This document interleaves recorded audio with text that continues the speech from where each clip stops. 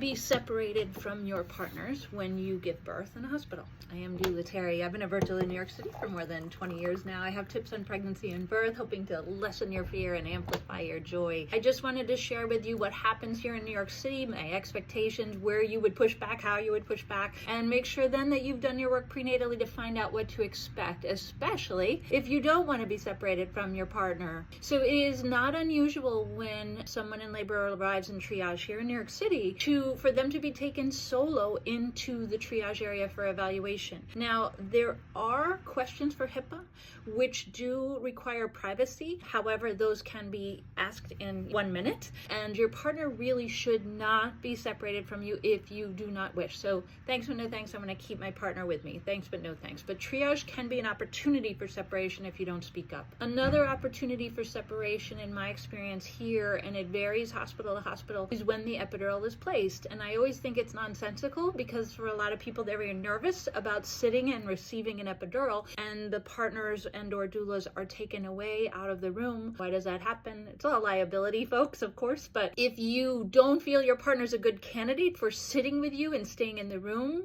for your epidural, that's fine. They would always sit in front anyway and not see any of that procedure. But of course, fine to let them go. But if you don't want separation, that is a good time to speak up, find out ahead of time what to expect at your hospital, what's going to happen. Knowledge is power, right?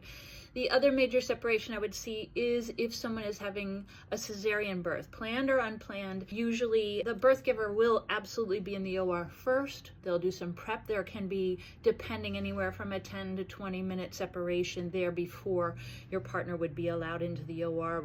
And that would happen before the baby is born under normal circumstances. Those are the three occasions that I see, and where you want to find out what to expect and where you can push back.